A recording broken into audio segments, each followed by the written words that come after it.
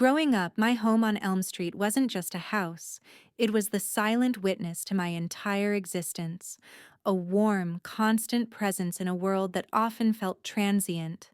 My parents, Robert and Susan, were always there, physically, but their attention was often elsewhere. My father, a meticulous accountant, spent his evenings buried in ledgers, the faint click of his calculator a constant soundtrack to my childhood. My mother, a perfectly coiffed real estate agent, was perpetually on the phone, her voice a low murmur discussing open houses and closing deals. Their conversations revolved around numbers and properties, rarely pausing to truly engage with the small girl often hovering nearby. I learned early on not to interrupt them, to find my own entertainment. The house became my confidant. I spent hours in my room, lost in books, imagining different lives, different worlds. The old oak tree in the backyard, its branches gnarled and strong, was my favorite escape. I'd climb its sturdy limbs, disappearing into its leafy embrace, where the rustling leaves whispered secrets only I could hear. I played imaginary games in the attic, the dust motes dancing in the sunlight as I uncovered forgotten treasures from generations past. Every scuff mark on the wooden floorboards, every chipped tile in the kitchen, held a story. The stain on the living room carpet from that time I spilled grape juice at 5, the faint pencil marks on the kitchen wall documenting my height year after year, the crooked hinge on the back door that always stuck in the summer. These weren't just imperfections. They were etched memories, a visual timeline of my life.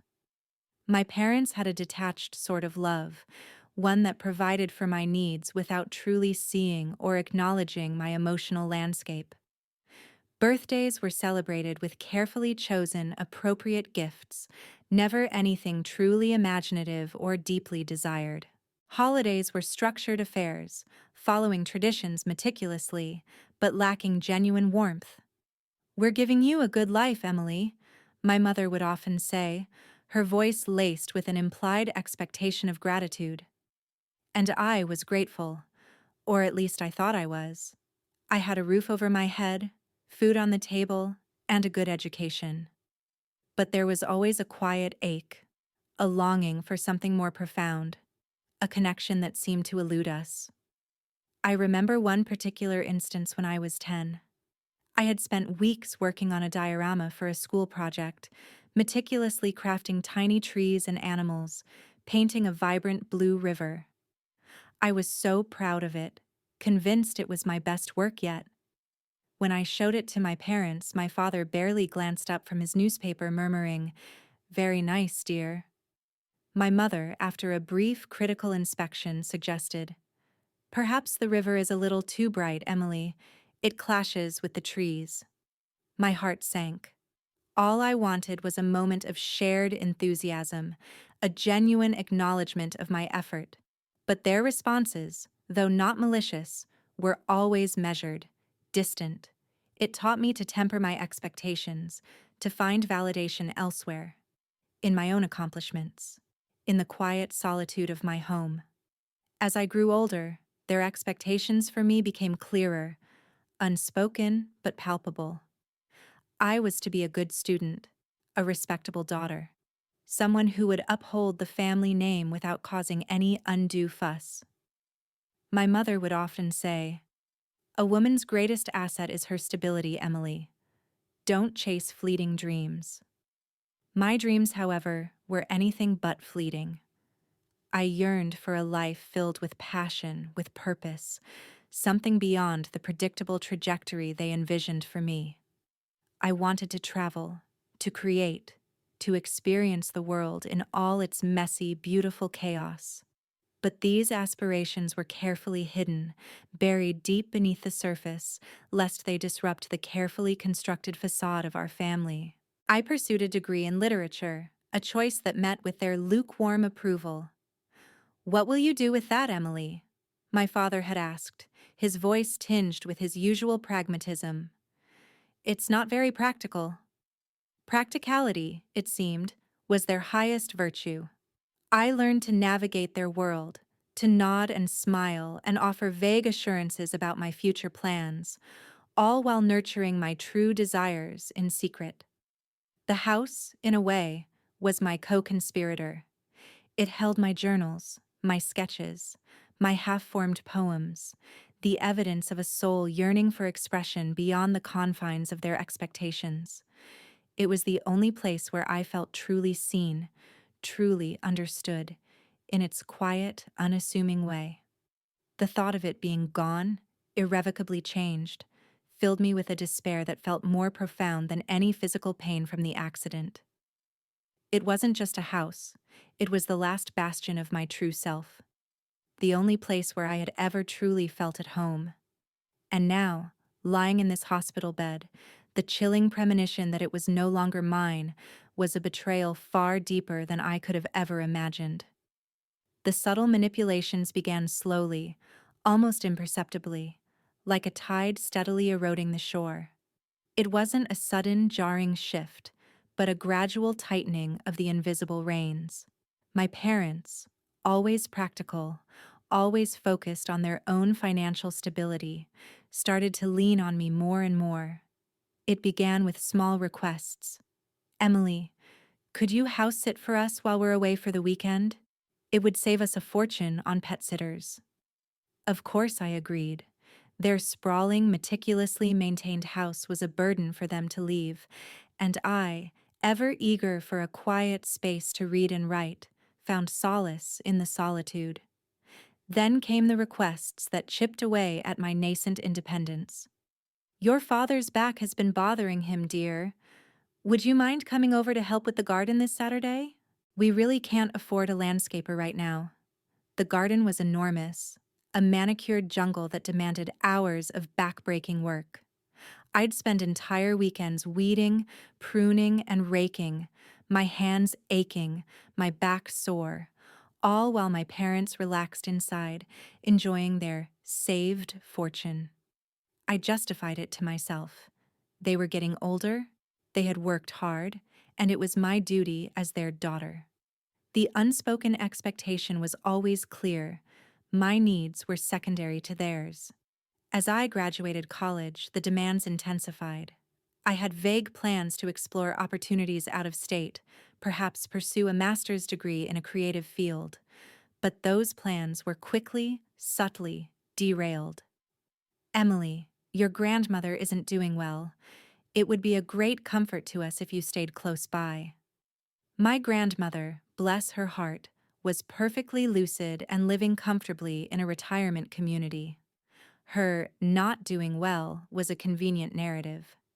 I felt the familiar pull of obligation, the deeply ingrained sense of guilt that they had so expertly cultivated over the years. I found a job in Boston, a marketing role that was stable but uninspiring, close enough to satisfy their need for me to be nearby. It paid the bills, it was practical, but it wasn't what my soul yearned for. The apartment I rented was small, cramped, a world away from the spacious dreams I'd nurtured. Then came the financial coercions. My father's accounting firm hit a rough patch. My mother's real estate market slowed down. Emily, we're a little tight this month. Could you help us out with a few $100s until things pick up? A few hundred became 1,000, then two. It was always framed as a temporary loan, always with the promise of repayment that never quite materialized. It's family, Emily, my mother would say, her voice soft but firm. We'd do the same for you. I knew deep down that wasn't entirely true. Their sacrifices for me had always been of a different nature, less tangible, less demanding of their own resources. My exhaustion grew. I worked long hours, took on freelance projects in the evenings, anything to keep pace with my own expenses and their ever-increasing loans. I started to feel like a financial ATM, a resource to be tapped, rather than a person to be cherished. The conversations became a subtle game of emotional blackmail. If I hesitated, if I dared to voice a concern about my own dwindling savings, the guilt would be expertly deployed. We sacrificed so much for you, Emily. Everything we have, we built for you. The implication was clear. Now it was my turn to repay a debt I hadn't asked for, a burden I was increasingly ill-equipped to carry. I loved them, of course. They were my parents. And the thought of letting them down, of being perceived as ungrateful, was a heavy weight. But the love was slowly being suffocated under the weight of their demands. I felt a growing resentment, a quiet anger simmering beneath the surface of my compliance. Every time I said yes when I longed to say no, a tiny piece of me withered. My life felt less and less like my own, a carefully constructed scaffolding built to support their comfort and convenience. The house, my beloved childhood home, began to feel less like a sanctuary and more like a cage, its walls closing in around me, trapping me in a web of obligation and unfulfilled potential. I yearned for escape, for freedom, for a life where my choices were truly my own, but I couldn't see a way out. Not yet. Not until everything irrevocably, brutally, fell apart. The smell of antiseptic still clung to me, even days after leaving the hospital. The sounds of beeping machines had been replaced by the unsettling silence of the small, temporary apartment I was staying in, arranged by a kind hospital social worker. My parents had been present for my discharge, their faces a mixture of forced relief and something I couldn't quite decipher. Relief, yes, that I was no longer in critical condition, but also an undercurrent of annoyance, inconvenience. It was a fleeting impression, quickly dismissed by my still hazy mind. They had helped me into the waiting car, their movements stiff, their usual detached politeness even more pronounced. "We'll get you settled, Emily," my mother had said, her voice devoid of the warmth I craved after 2 months of unconsciousness. "We have a lot to discuss." The discussion came quickly, brutal and unyielding, just hours after I arrived at the temporary apartment. I was sitting on the unfamiliar sofa, wrapped in a blanket, still weak and disoriented. My parents stood opposite me, a united front, their expressions grim. My father held a stack of papers, crisp and official-looking, their edges sharp enough to cut. "Emily," he began, his voice flat, devoid of emotion, "while you were indisposed, we had to make some difficult decisions." Indisposed.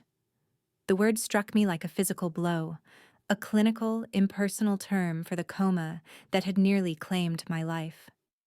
"The medical bills," my mother interjected, her voice tight. "They were astronomical, Emily. Far more than our insurance could ever cover. And your little apartment? It was costing you a fortune while you weren't even there." I listened, numb as they laid out their cold, calculated logic. "We tried everything," my father continued, flipping through the papers. "We drew on all our savings, but it wasn't enough. We had no choice but to liquidate our assets." My blood ran cold. "Our assets?" I whispered, a desperate, childish hope still clinging to me that they meant some distant investment, of forgotten property. "The house, Emily," my mother stated, her voice devoid of emotion as if discussing a grocery list. "We sold the house." The words hung in the air, heavy and suffocating. The room began to spin. Not the house. Not my home. "No," I breathed, shaking my head, a frantic denial bubbling up from the depths of my being. "You didn't. You couldn't." "It was a necessity, Emily," my father said, his voice hardening, impervious to my raw pain. "A financial decision.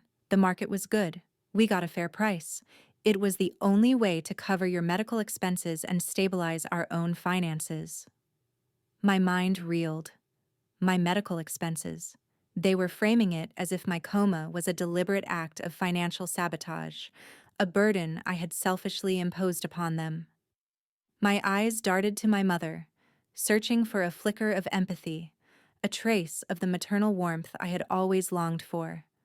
But her face was a mask of stoic resolve, her lips a thin, unforgiving line. "We've already moved into a smaller condo," she added, as if to underscore the finality of their decision, the irreparable damage they had inflicted. "Less upkeep, more manageable. But, but my things," I stammered, tears beginning to prickle at my eyes. "My books, my piano, my memories? What about my life?" "We put everything into storage," my father said, waving a dismissive hand. "You can sort through it when you're stronger. Frankly, Emily, you had far too much clutter." Clutter. My life, reduced to clutter. The realization hit me with the force of a physical blow. They had sold my childhood home, the only constant in my ever-shifting world, without a word, without a moment of consideration for my feelings, for the profound emotional significance of that place. They had made this irreversible decision while I lay unconscious, vulnerable, utterly at their mercy. It wasn't just the house, it was the ultimate betrayal of trust, a desecration of my very identity. "You had no right," I said, my voice barely a whisper, though fury was beginning to ignite a desperate fire within me. "You had no right to do this to me. While I was in a coma? How could you?" My mother sighed, a theatrical exhalation that spoke of her immense burden. "Emily, you were unconscious. We couldn't exactly consult with you, could we? We did what we had to do. As your parents, it was our responsibility to make sound financial decisions for the family." Sound financial decisions. The words echoed in my head, mocking me. This wasn't about sound financial decisions, it was about their comfort, their convenience, their carefully constructed lives, unburdened by the inconvenient truth of my vulnerability. The world tilted. My vision blurred. Not from weakness this time, but from the hot, stinging tears that finally overflowed. The pain in my chest was unbearable, a sharp, searing ache that eclipsed any physical injury. My home, gone. My sanctuary, violated. My parents, the people who should have protected me, had stripped me bare, leaving me adrift and utterly alone. I wanted to scream, to rail against their cold indifference, to demand an explanation for a cruelty so profound it bordered on the unfathomable. But the words caught in my throat, choked by a wave of raw, desolate grief. The room seemed to shrink, the walls pressing in on me, suffocating me with the weight of their betrayal. I had been abandoned, not just by my parents, but by the very notion of home itself.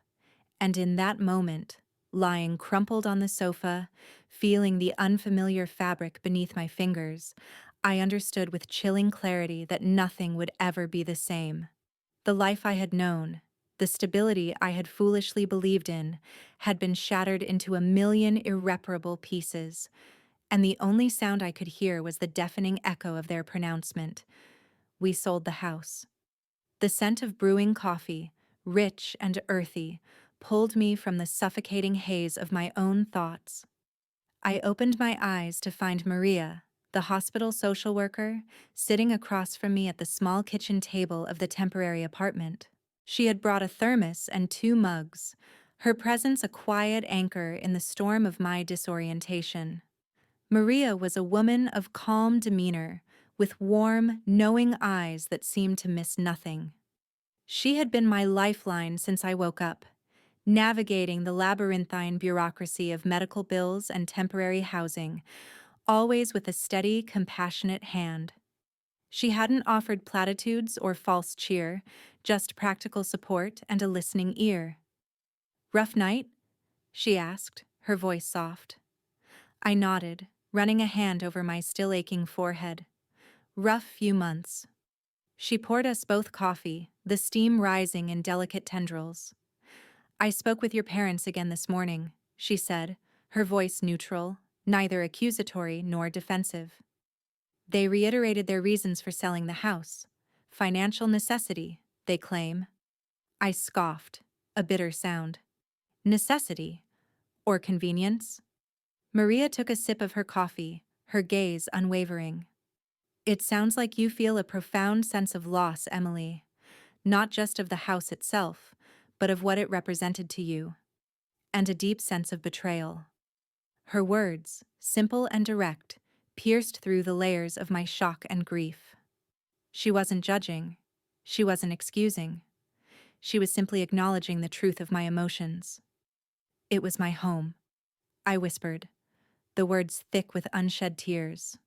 My entire life was there, every memory, and they just sold it, while I was unconscious, like it was nothing. A sob caught in my throat.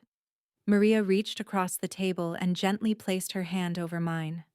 Her touch was warm, comforting, a stark contrast to the emotional coldness I had experienced from my parents. "That's an unimaginable thing to go through, Emily," she said. "To have such a significant part of your life taken from you without your knowledge or consent, especially when you were at your most vulnerable." She paused, her eyes meeting mine, clear and steady. "But here's what I want you to remember, Emily. Your home isn't just a building. It's not something they can sell. Your home is inside you.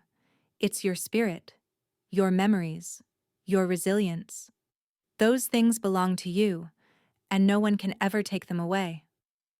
The words hung in the air, simple yet profound. Your home is inside you. It wasn't some grand philosophical pronouncement, but a quiet, deeply resonant truth. It was a truth I hadn't realized I needed to hear, a truth that shifted something deep within me.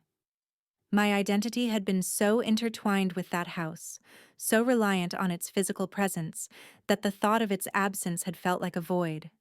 But Maria's words painted a different picture, a world where my sense of belonging wasn't dependent on external structures, on the whims or betrayals of others. "They can sell the bricks and mortar," Maria continued, her voice soft but firm.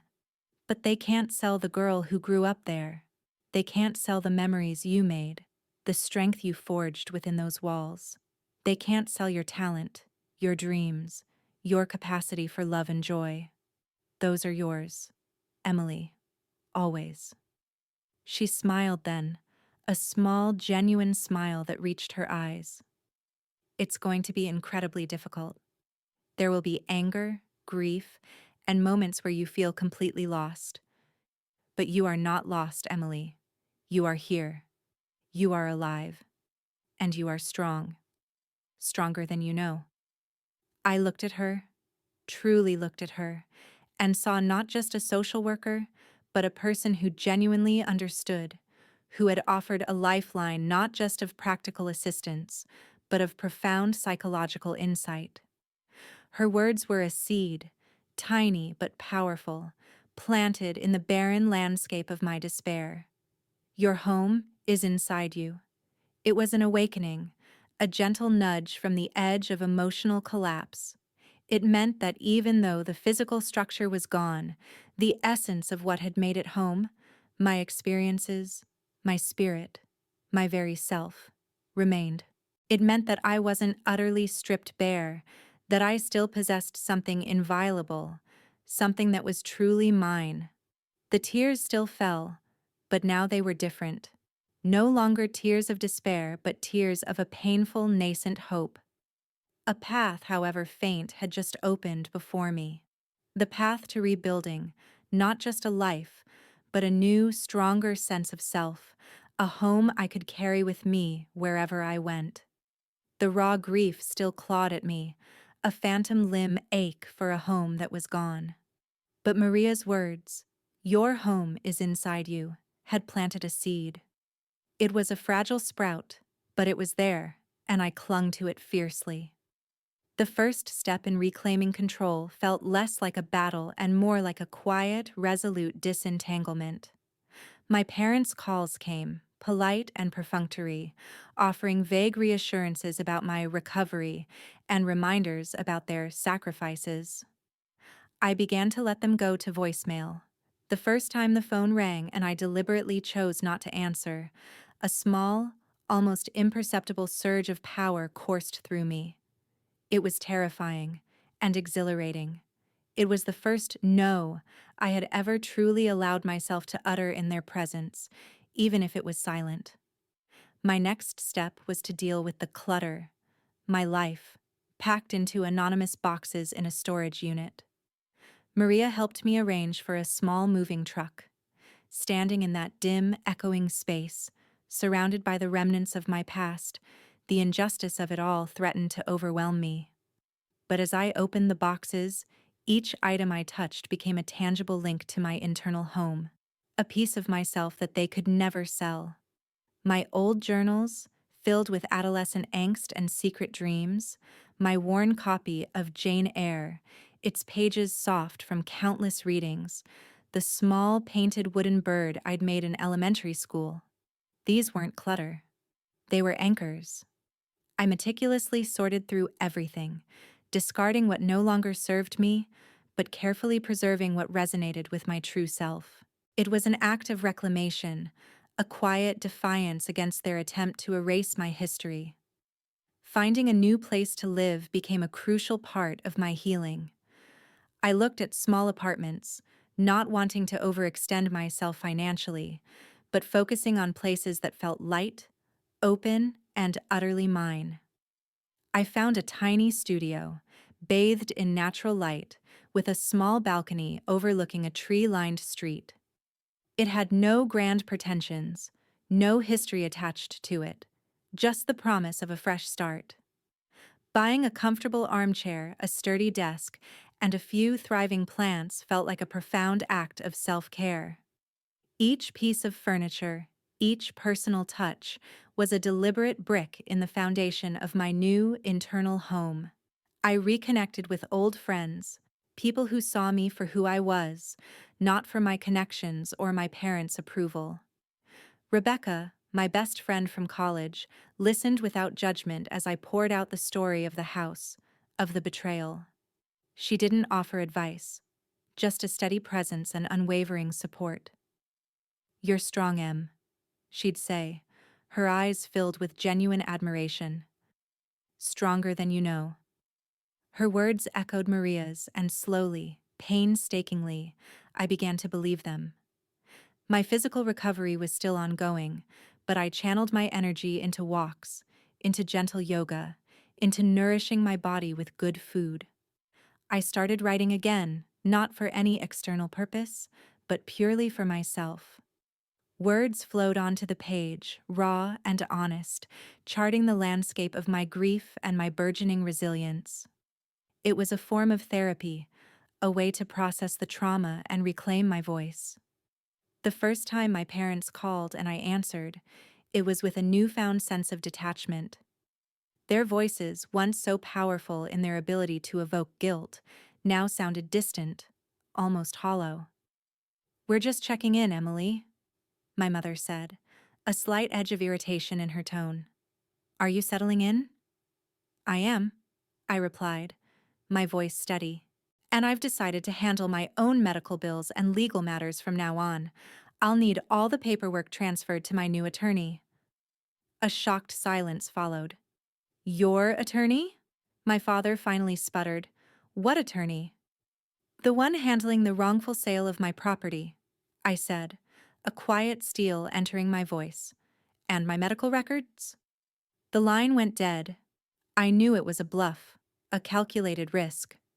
I didn't have an attorney, not yet. But the words, once spoken, solidified something within me. I was taking control. The calls stopped for a while, replaced by angry, indignant voicemails from relatives, orchestrated, I knew, by my mother. "How could you be so ungrateful, Emily, after everything your parents did for you?" I listened to them with a surprising sense of calm. Their words, once capable of shattering me, now felt like distant echoes, irrelevant to the new reality I was building. I sent a formal letter, drafted with Maria's assistance, requesting all financial and medical documents related to my accident and the sale of the house. It was a clear boundary, a line drawn in the sand. Reclaiming control extended to my finances. I sought out a financial advisor, someone independent and trustworthy, to help me understand my options. The loans to my parents, I decided, would be treated as gifts. I would not allow myself to be trapped in a cycle of debt and obligation any longer. It was a symbolic severing, a declaration of my financial autonomy. The journey was slow, punctuated by moments of despair and exhaustion. But each small act of self-advocacy, each quiet boundary set, each decision made solely for my own well-being was a step towards building a fortress of inner strength. I was no longer the malleable, compliant daughter they had known. The coma had stripped me bare, yes, but in that barrenness, a new, resilient self was emerging. I was building a new home, brick by brick, within myself, a home that was impervious to betrayal, a sanctuary of my own making, and it was glorious. The day came, as I knew it would. My parents, Robert and Susan, called, their tone surprisingly cordial, almost saccharine. "Emily, dear, we'd like to invite you to dinner, just the three of us. It's been too long." The invitation, extended weeks after my blunt request for all legal and financial documents, was a thinly veiled attempt to reassert control, to smooth over the cracks they had created. But I was no longer the same Emily who would blindly accept out of obligation. I had taken control of my medical bills, started sorting through my stored belongings, and most importantly, I had begun to build a new life, brick by emotional brick, firmly outside their orbit. "I'd be happy to have dinner," I replied, my voice calm, even. "But I'd prefer to meet at a neutral location, and I have some matters to discuss. Formally." A beat of silence. Then, my mother, ever the master of veiled manipulation, chirped, "Of course, dear. Whatever makes you comfortable. How about the old Italian place on Main Street? Your father and I have always loved their lasagna." It was a subtle attempt to evoke nostalgia, to pull me back into the familiar patterns of our relationship. I smiled, a small, private smile. "That sounds fine." The restaurant, with its checkered tablecloths and the comforting scent of garlic and tomato, was indeed a place of many childhood dinners. But tonight, it felt different. The air crackled with unspoken tension. My parents sat opposite me, their usual rigid postures even more pronounced. My father, in his perfectly pressed suit, looked as though he was bracing himself for an audit. My mother, impeccably dressed as always, wore a smile that didn't quite reach her eyes. "So, Emily," my father began after the waiter had taken our orders, "it's good to see you looking so well. The doctors say your recovery is remarkable." "It is," I agreed, meeting his gaze directly. "Thanks to the excellent care I received. Care that, as you know, incurred significant costs." My mother interjected, her voice slightly strained. "Which we covered, Emily, at great personal sacrifice." "Indeed," I countered, my voice even. "And that brings me to the first matter I wish to discuss, the sale of my childhood home." Their carefully constructed composure flickered. "We've already explained, Emily," my mother said, her smile tightening. "It was a financial necessity. We had no choice." "No choice?" I repeated, my voice rising slightly, though I quickly reined it in. "Or convenience. You liquidated the most significant asset of my childhood, a place filled with irreplaceable memories, while I lay in a coma, without a single thought for my feelings, my well-being, or the profound emotional impact it would have on me." My father cleared his throat. "Emily, you're being overly emotional. These were practical decisions. We did what was best for the family." "For your family," I corrected him, the words sharp but controlled. "Not for me. You used my medical emergency as an excuse to rid yourselves of a property that was clearly a burden to you. You chose your financial comfort over my emotional security, over my very sense of belonging." My mother's eyes narrowed. Don't you dare accuse us of that, Emily. We sacrificed everything for you. Sacrifice? I laughed, a short, humorless sound. You sacrificed my sense of home, my trust, my stability. You sacrificed any notion of genuine parental love. Do you know what it felt like to wake up and realize the only constant in my life had been sold out from under me? To have my entire past reduced to clutter? The waiter arrived with our lasagna, breaking the tense silence. They both seemed relieved, eagerly diving into their plates as if the food could somehow absorb the emotional storm brewing between us. I, however, had lost my appetite. The medical bills, I continued, when they paused for breath. I have compiled a detailed breakdown. As it happens, the portion not covered by insurance was significantly less than the sale price of the house. You netted a substantial profit. My father choked on his lasagna. That's not relevant, he spluttered. It absolutely is, I said, my gaze unwavering. It exposes the true motivation behind your necessity. You saw an opportunity, and you seized it. My life, my health, my recovery, they were secondary. My mother, her face now pale, put down her fork. Emily, this is quite unfair. We've always done our best for you. Your best involved abandoning me to my own devices as a child, letting me raise myself, then using me as a financial resource, and finally, stripping me of my home while I was unconscious, I stated, each word delivered with precision, like carefully aimed darts. That is not doing your best. That is emotional neglect and profound betrayal. My father slammed his hand on the table, rattling the silverware. Enough, Emily. We are your parents. You will speak to us with respect.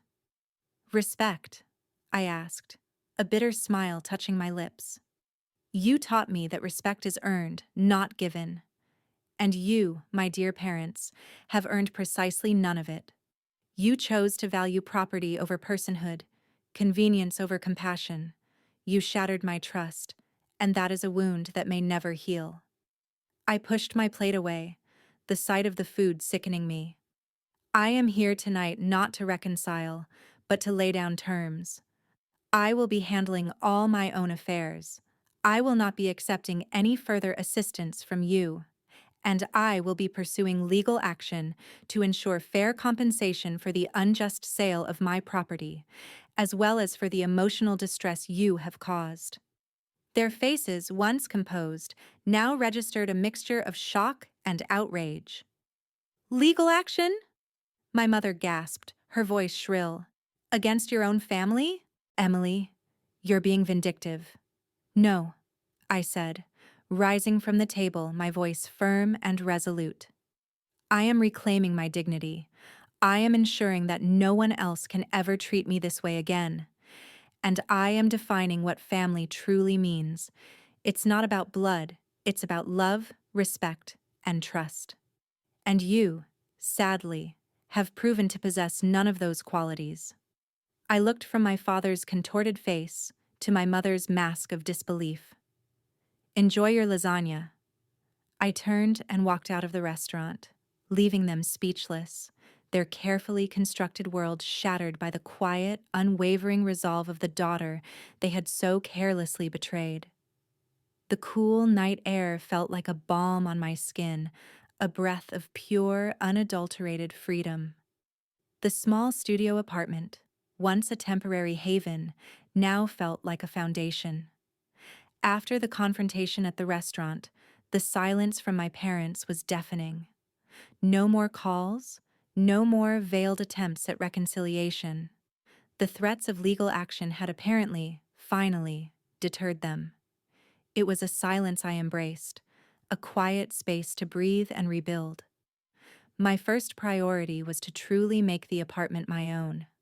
I went to a local art supply store, something I hadn't done in years, and bought canvases, brushes, and tubes of vibrant oil paint. The scent of linseed oil and turpentine filled my small space, a welcome aroma that spoke of creativity and new beginnings. I set up an easel by the window, the morning light pouring in, illuminating the blank canvas. For months, I had been consumed by grief and anger, but now, a different emotion stirred within me, a quiet, resolute hope.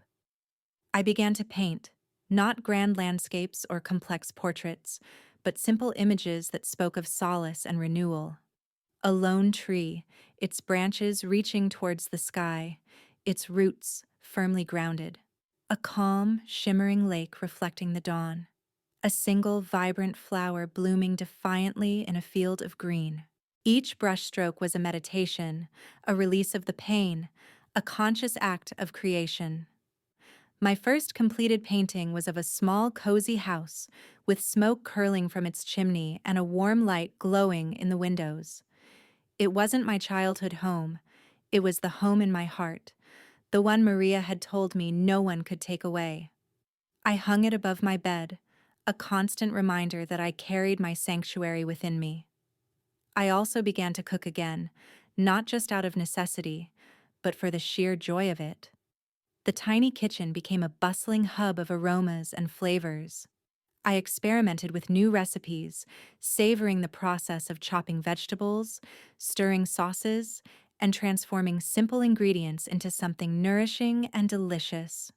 A warm, homemade meal felt like an embrace, a way to nurture myself after so much neglect.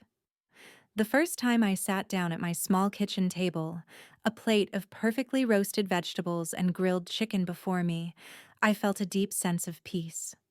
It was a meal cooked solely for myself, without any thought of pleasing others, and it tasted of freedom.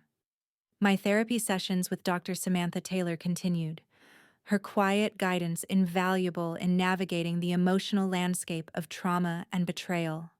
We talked about boundaries, about self-worth, about the importance of acknowledging my own needs.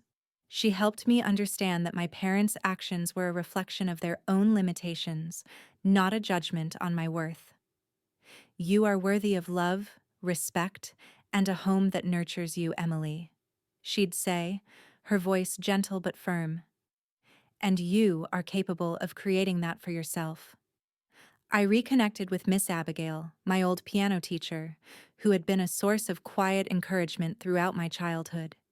We met for coffee, and I poured out the story of the recital, Rebecca's jealousy, and the unimaginable betrayal. Miss Abigail listened, her face a mask of sorrow and understanding. "Harper is a gifted child," she said, her voice filled with warmth. "And she deserves to have that gift nurtured, not sabotaged." Her belief in Harper, even after everything, was a balm to my soul. I started taking short walks in a nearby park, breathing in the fresh air, feeling the sun on my face.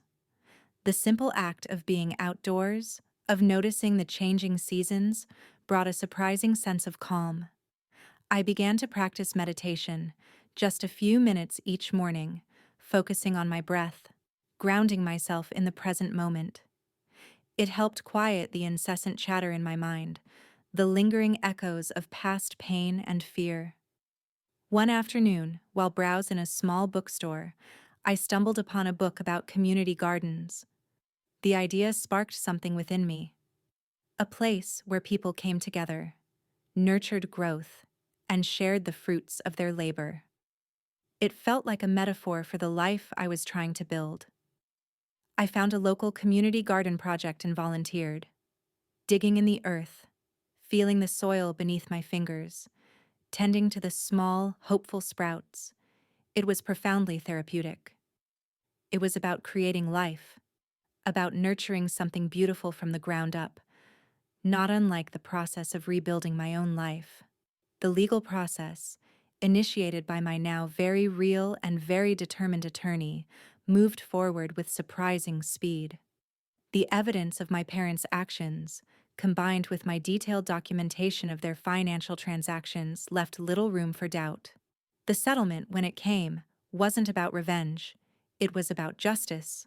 It provided a sense of closure, a formal acknowledgement of the wrong that had been done.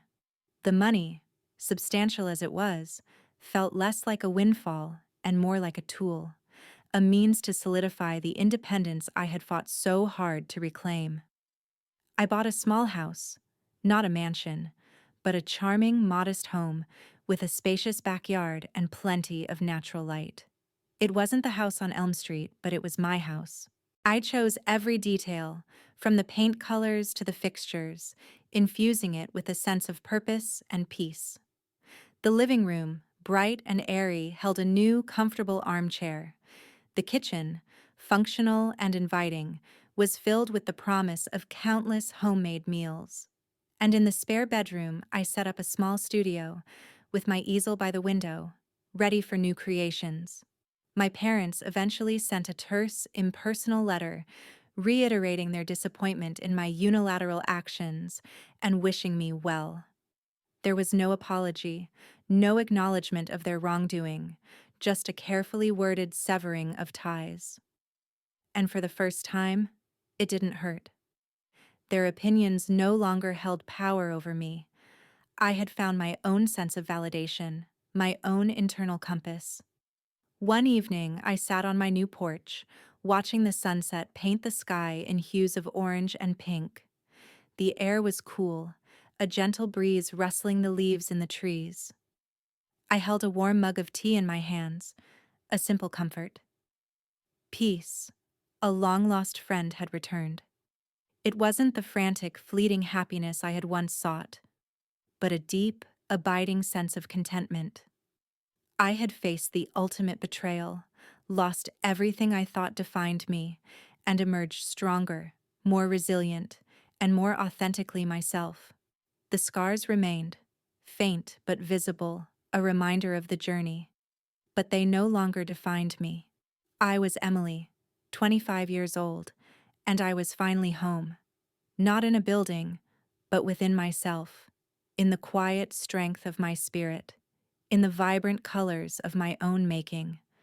And it was enough, more than enough.